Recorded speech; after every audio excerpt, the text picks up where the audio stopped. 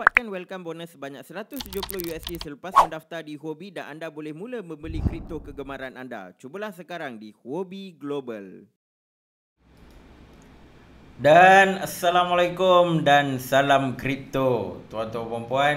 So market masih keadaan yang sama juga, cumanya berlaku satu isu lah, isu di mana CEO Messari.io iaitu crypto analytic punya platform, dia tiba-tiba marah dekat Twitter. Kenapa dia marah? So kita nak tengok dan juga kita nak tengok apa yang Gary Gensler bagi tahu dekat Washington Post interview semalam. So interview dia agak panjang, so saya saya ringkaskan sedikit dan nak bagi tahulah dekat tuan-tuan puan-puan apa direction yang SEC akan pergi selepas ini. Dan direction yang SEC akan ambil ni sangat-sangat boleh dikatakan agak menakutkan juga. Okay, so first thing first, kita nak tengok dulu performance market crypto di CoinGecko.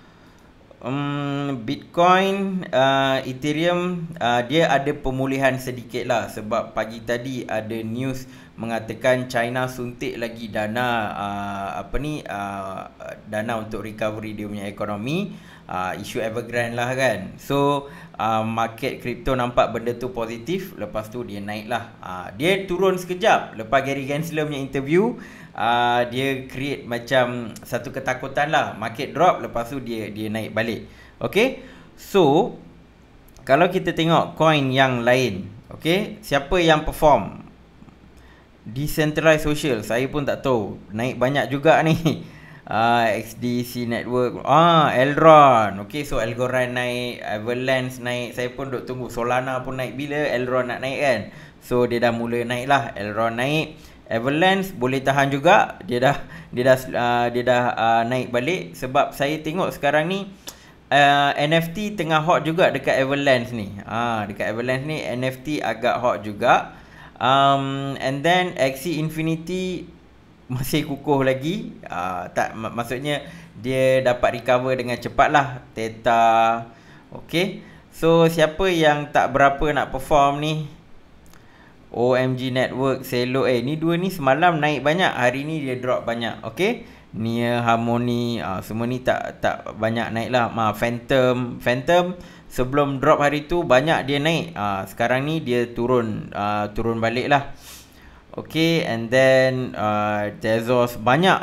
Solana, Arweave banyak yang turun tuan-tuan puan, banyak yang belum recover lagi. Sebab sekarang ni dominasi Bitcoin ni masih tinggi dan dia tengah pulih lah, dia tengah naik balik. And then market cap pun saya tengok sekarang dia dah 1.9 trillion dah. Drop sikit lah daripada semalam. Okay, so maksudnya banyak altcoin yang masih lagi berdarah. Okay, so kita tengok dekat news kita ni, apa cerita.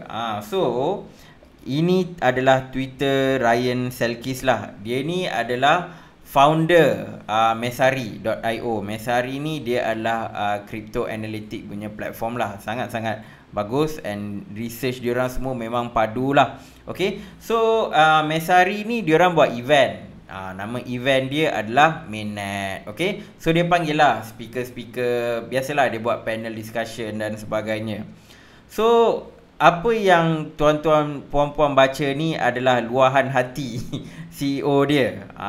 So apa yang berlaku adalah SEC dia datang dekat event ni, datang dia terus keluarkan ataupun dia bagi subpoena, ataupun dalam bahasa Melayu mungkin perintah mahkamah kot, kepada one of the speaker. So maksudnya speaker tu kena pergi menghadap kat mahkamah lah. Cuma yang Ryan Selkis ni dia macam dia tengah meroyan dekat sini, tuan-tuan puan-puan boleh baca kan. So yang dia tak puas hati ni dah lah tak beli tiket, lepas tu datang majlis orang, datang tak bagi salam apa-apa, tahu-tahu bagi surat saman. Bagi surat saman dekat tetamu.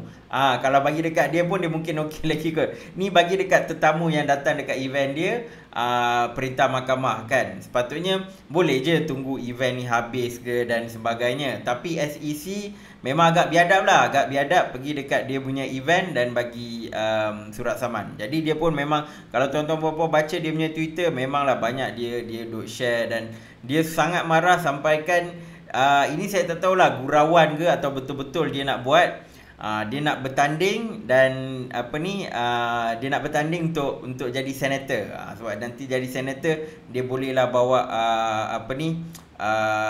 suara for crypto punya ni lah, sebab dia memang orang crypto kan.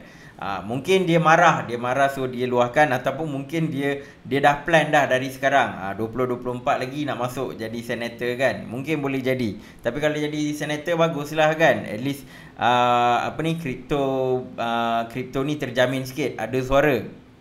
Okay, so ini isu yang berlaku. Okay, so SEC kalau kita tengok dulu dia attack Ripple, XRP, then slowly dia mula pergi dekat exchange dan sebagainya. So SEC sekarang ni dia tengah kejar satu demi satu, dan SEC bila dia pergi dekat event majlis orang lain kan, bukannya dia tak boleh tunggu. Bagi pandangan saya SEC boleh tunggu, boleh buat proper, pergi dekat jumpa dekat office orang tu ke kan. Orang tu tak didedahkan lah, mungkin nak jaga dia punya privacy dan sebagainya. So tak didedahkan siapa yang diberikan subpoena tu. So SEC boleh buat dengan proper. Kenapa dia nak buat dekat sini? Sebab SEC nak tunjuk bahawa dia adalah berkuasa. Dia nak tunjuk dia punya kuasa, so dia main langgar je. Okay, so itulah cerita apa yang berlaku. Okay, dan lepas event ni semua kan, kebetulan Gary Gensler pun ada bagi dia punya wawancara dekat Washington Post. So sekarang ni kita nak tengok apa intipati yang Gary Gensler bagi tahu. Okay, so nama dia adalah The Path Forward Cryptocurrency with Gary Gensler. Okay, so ini pandangan Gary Gensler. So kita sebut dulu pasal Evergrande ni. So Evergrande ni dia ada potensi untuk menyebabkan krisis ekonomi yang berskala besar, sebab ekonomi US ni dia interconnected. Dia ada connection dengan China dan juga negara-negara lain. So kalau anything happen dekat China, of course impact tu akan berlaku. Okay, cumanya dia bagi tahu bezanya adalah US dah belajar krisis ekonomi 2008, sebab 2008 pun related to housing market crash kan. So dia dah belajar and dia yakin US mampu menyerap impact tu kalau berlaku lagi lah. Ini apa yang Gary Gensler cakap. Okay, so in a way dia nak bagi tahu Evergrande ni benda yang boleh diselesaikan. Dan sekarang kalau kita tengok China duduk suntik dana dan sebagainya kan. So mungkin Evergrande ni tidak dia takkan jadi sesuatu yang sangat impactful lah kan. Tapi kita tak tahu in future macam mana. Mungkin ada benda lain yang hidden tiba-tiba tahu kan. Tu Allahualam. Tapi buat masa sekarang ni dia dari sudut kerajaan US, sebab dia bawa suara kerajaan US, boleh serap impact dia lah. So kalau benda tu boleh diserap, then crypto pun insyaAllah takkan kena juga dia punya impact. So maksudnya crypto pun tak terkacau dengan teruk lah. Tetapi tuan-tuan dan puan yang takut ke atau nak ambil risk management, dipersilakan. Okay, sebab benda ni kita tak tahu. Mungkin apa yang dicakap ni betul, mungkin tak. Okay. Dan lagi satu adalah, yang kedua, dia terima hakikat bahawa Bitcoin yang dicipta oleh Satoshi Nakamoto, yang mana kita pun tak tahu, dan kita pun sekarang nampak kenapa Satoshi Nakamoto ni kena anonymous. Sebab sekarang nampak tak SEC duduk kejar orang tu, duduk kejar orang ni, sebab dia tahu siapa di sebalik projek tu kan. Macam XRP, dia tahu siapa di sebalik XRP, so dia boleh kejar. Bitcoin dia tak boleh nak kejar, and everything is under blockchain. Yang buat ni pun dia tak tahu. So selama-lamanya kerajaan US tak boleh nak tangkap Satoshi Nakamoto ni lah.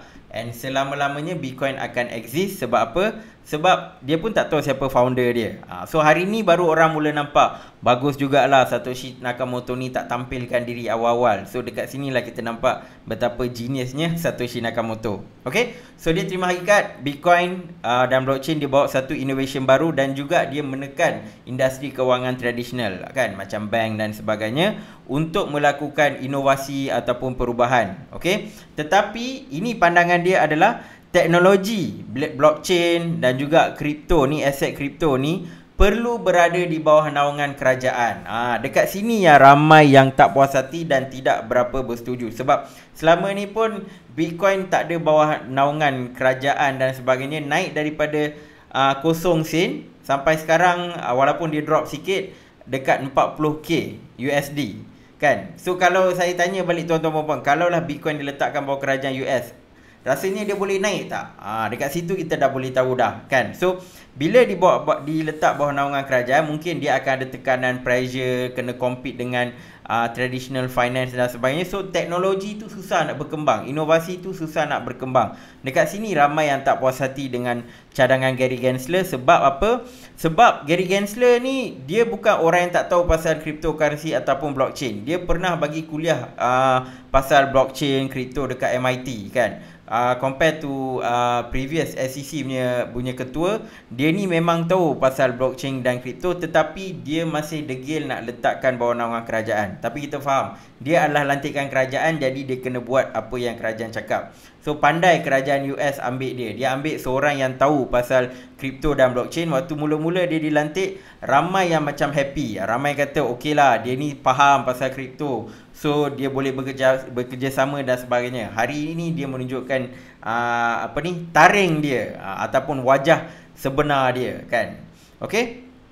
So sekarang ni antara benda yang dia bagi tahu adalah SEC ni ada kuasa penuh untuk memberikan takrifan security dekat mana-mana aset. Maksudnya kalau SEC rasa benda ni adalah security, dia boleh bagi, dia boleh labelkan benda tu sebagai security. Sebab apa? Sebab dekat US ni undang-undang security ni sangat umum. Undang-undang lapuk kan tahun awal 19 something kan. So dia sangat umum. Jadi sebab benda tu umum, SEC dia ada kuasa nak takrifkan apa-apa sebagai security kan. Contoh kalau esok dia tengok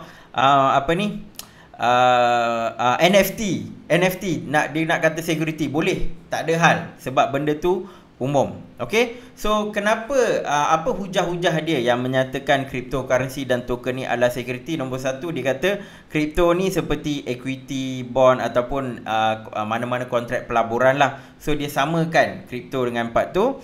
Lepas tu dia kata kripto ni dia ada platform yang tawarkan trading, ada yang tawarkan staking kan.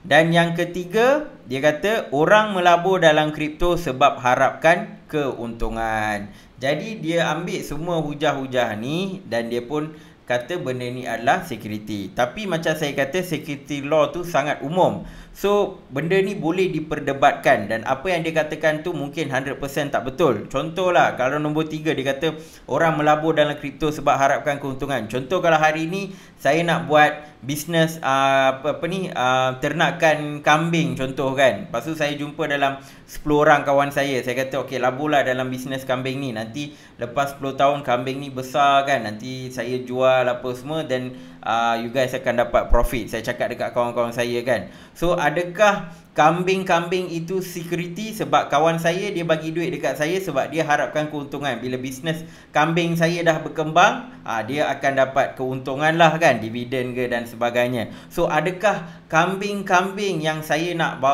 ternak ni adalah security? So benda ni sangat broad dan bagi saya mungkin masalah dia bukan 100% on Gary Gensler. Masalah dia on the security law itself lah. So kalau nak ubah security law memang kena bawa ke dalam dia punya kongres, perlu diperdebatkan dan sebagainya. Okey, kalau tak pun dia macam Ripple lah, bawa pergi ke mahkamah and then tunggu apa mahkamah yang akan cakap. Dia antara dua tu saja.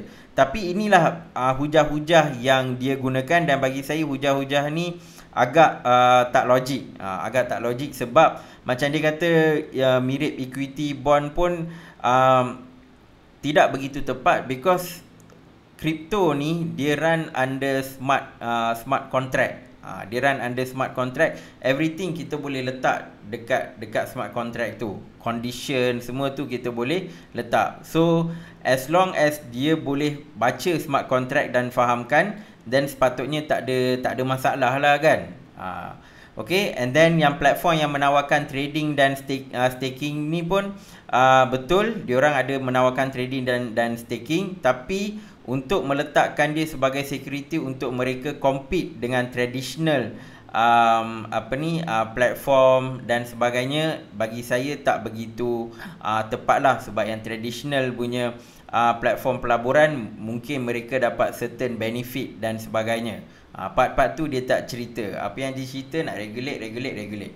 Cuma point nombor 3 ni bagi saya susah nak terima. Sebab apa-apa pun boleh orang melabur untuk dapatkan keuntungan. So terma-terma ni ataupun huraian takrifan yang dia bagi tu adalah berdasarkan pandangan dia. Dan sebab dia ketua SEC, dia gunakan pandangan ini untuk start buat regulation ataupun enforcement. Okay? Dan benda ni orang sedang perdebatkan. So kita kena tunggulah macam mana progress regarding security law ni. Okay? Dan seterusnya dia minta platform untuk tampil ke depan kan. Siapa yang ada platform buat staking lah, trading, tampil ke depan, jumpa untuk SEC bincang. Tapi kita faham dan kita sendiri pernah tengok Coinbase punya CEO pernah bagi tahu bahawa SEC ugut nak saman diorang. SEC stop program sebab dia nak buat nama program tu lending ke apa, di mana stake USDC and dapat reward dalam bentuk USDC. SEC terus stop dia and kata kalau dia teruskan program ni dia akan kena saman. So dia kata nak berbincang pun SEC tutup pintu kan. So dekat sini nampak contradiction. Dekat media dia kata boleh jumpa, tapi bila nak jumpa dia orang main ugut-ugut kan. So dekat sini pun kita nampak dia punya hanky-panky, SEC punya hanky-panky. Okay? Dan dia ada bagi perumpamaan. Dekat sini yang mana dia bagi perumpamaan seolah-olah cryptocurrency ini akan pupus. Ini perumpamaan fenomena wildcat banking. Ini berlaku pada tahun 1830 something sampai 1860 lah kan. So waktu tu bank ni dia bukan bawah negara. Dia mungkin setiap negeri ada bank dan sebagainya kan. Setiap bank dia boleh issue dia punya note, and note dia akan berbeza-beza. Okay? So wildcat banking ni ibaratnya ada sesetengah bank dia akan pergi satu tempat yang sangat terpencil and dia akan issue dia punya wang semua, cuma backing dia tu sangat-sangat mencurigakan lah kan. Selalunya wang dia kena ada backing dengan emas dan sebagainya. So wildcat banker ni, wildcat bank ni, dia issue duit, tapi di sebaliknya agak mencurigakan, dan selalunya bila mereka dah jual duit-duit tu mereka akan cabut lari. Konsep dia macam shitcoin. Macam mana kripto kita nampak shitcoin dia buat rug pull, benda ni lah yang berlaku dekat wildcat banking. Tapi perlu diingat juga, zaman 1830 ada bank yang okey. Ada bank yang buat benda macam ni lah. Sama juga dekat sekarang kripto. Ada projek kripto yang okey. Contohnya Ethereum, apa lagi? Ethereum, Polkadot, banyak lagi lah kan. Filecoin ke yang ada bawah Grayscale punya list tu kan. So all this kind of cryptocurrency ni adalah consider macam blue chip. Blue chip yang mana yang memang kita tahu siapa founder dia, kita tahu apa hala tuju, roadmap dan sebagainya. So nak samakan wildcat banking 100% tu bagi saya tidak berapa tepat. Dia ada setempat yang saya setuju, which is yang shitcoin ni. Shitcoin yang mana kita tak tahu siapa founder dan sebagainya. Dia keluarkan duit, lepas tu dia buat rug pull. Ya, benda tu saya boleh setuju. Tapi nak katakan 100% semua cryptocurrency ni macam wildcat banking, itu tidak berapa tepat lah. Okay, so dia bagi tahu bahawa ni yang part cryptocurrency boleh pupus. Private money tidak akan bertahan lama. Macam dulu-dulu tu private money, sebab setiap bank dia boleh keluarkan duit mereka sendiri. So dia kata private money tidak bertahan lama. Kenapa dia tidak bertahan lama? Sebab US jugalah, kerajaan US sendiri bawah Abraham Lincoln kot. Abraham Lincoln dia buat satu, saya tak pasti siapa, tapi dia buat satu law yang mengatakan semua duit kena centralized, dikeluarkan oleh bank negara US lah kan. So that is when all the private bank ni dah tak boleh keluarkan duit dia sendiri. Okay, so kita dah nampak kes yang berlaku dulu, diorang cuba bawa sekarang. Cumanya saya nampak dia mungkin tak boleh, dia tak boleh touch semua cryptocurrency. Tapi stablecoin mungkin dia boleh buat. Sebab sekarang stablecoin ada macam-macam kan. USDT, USDC, DAI, Luna pun dia ada juga UST stablecoin. So macam-macam stablecoin. Dekat sini lah mungkin dia nak buat CBDC ni, sebab dia nak centralizekan stablecoin. Tapi kalau dia nak centralizekan cryptocurrency, benda tu agak-agak rumit. Sebab dulu bank still centralized juga. Private bank ni kita boleh tahu siapa buat dan sebagainya. Ini blockchain, kita memang tak tahu. In fact Bitcoin pun kalaulah dia boleh ban semua cryptocurrency lah, contohlah kan dia ban, tapi Bitcoin akan still berjalan. Sebab apa? Sebab dia tak boleh nak tangkap founder dia, dan Bitcoin dah jadi sangat decentralized. Okay, so bagi pandangan saya, kalau dia kata private money tidak bertahan lama, berdasarkan sejarah yang lepas, itu tidak berapa tepat. Mungkin shitcoin, kalau nak buat regulation untuk shitcoin, tak ada masalah. Shitcoin memang perlu regulation. Tapi kalau cryptocurrency project yang sangat bagus tu, tidak perlu buat regulation yang sangat ketat. Sebab apa? Sebab blockchain dalam fasa innovation. Inovasi ni perlu diteruskan dan perlu disupport. Kalau inovasi ni mati, dan sangat payah. Tapi kalau tak sokong pun tak apa, jangan kacau. Sebab innovation dia akan grow kalau tak ada orang yang kacau. Okay, dan juga ini yang last statement yang dia bagi. Ini yang agak menakutkan, dan saya mungkin risau juga bagaimana persepsi market cryptocurrency nanti. Okay, so dia kata SEC akan mengambil tindakan yang lebih tegas, dan dia sanggup, bukan sanggup, dan dia mampu untuk bekerjasama dengan agensi-agensi lain untuk menguatkuasakan penguasaan untuk meningkatkan penguatkuasaan dia. Okay, so sekarang ni bila Gary Gensler ni semakin lama dia dah jadi semakin pro kepada penguatkuasaan enforcement. Dulu punya SEC tak apa lagi. Zaman Trump ni dia macam dia tak buat apa-apa sangat lah kan, sebab dia pun tak faham kan. So dia pun biar je kan. So benda tu naik. Tapi Gary Gensler dia faham blockchain, faham cryptocurrency, and dengan ilmu yang dia ada, dia nak stop perkembangan cryptocurrency. Nak stop in a way, dia nak letakkan bawah naungan ataupun perhatian kerajaan US lah. Okay, so memang dia kata nak protect investor, nak protect investor. Tapi kalau kita tengok kalau kita nak relate lah kan, kita kita duduk Malaysia. Contoh waktu PM dulu ada announce kan, PM dan Menteri Kewangan announce moratorium kan. So adakah bank ataupun adakah kita dilindungi on the moratorium? Memang dia bagi pengecualian kan. Okey, 6 bulan tak bayar-bayar, ada yang setahun dan sebagainya. Tetapi bila kita tengok balik, rupanya kita kena bayar lebih tinggi pada masa yang akan datang. Dia ada interest dia makin naik. So sebab tu kadang-kadang susah saya nak terima bila dia kata protecting the investor. Mungkin betul dia nak protect the investor, tetapi dia bukan 100% boleh protect the investor. So untuk kripto ni satu benda yang penting, kita jaga kita.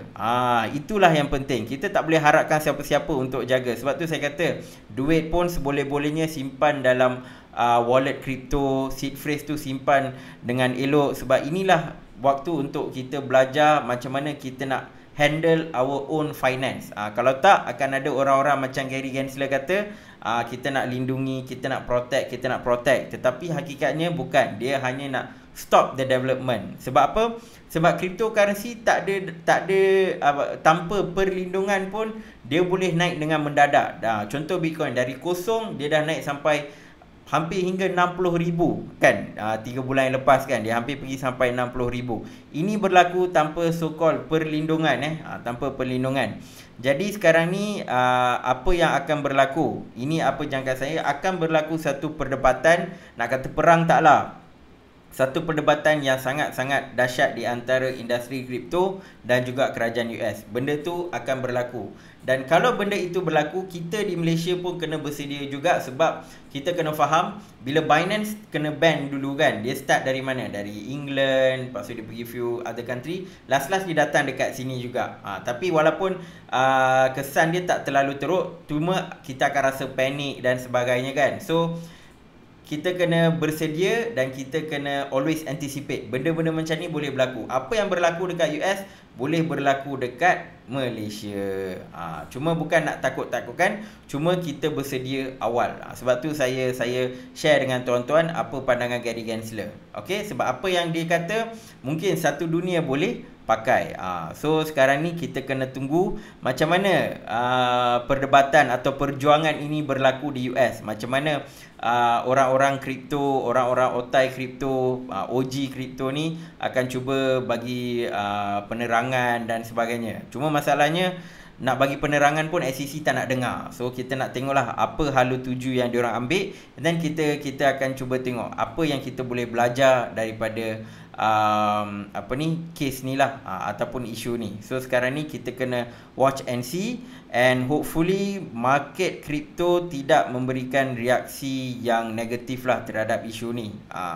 So itu sahaja yang kita boleh jangkakan buat masa sekarang. Okay, so harap tuan-tuan puan dapat something daripada video ni. Walaupun kita cerita tentang US dan sebagainya, tapi jangan risau, in the end dia akan relate dekat sini. Kalau dekat Kongres US nanti dibincangkan pasal kripto, dalam Parlimen Malaysia pun satu hari nanti akan dibincangkan. Sorry, actually dah dibincangkan.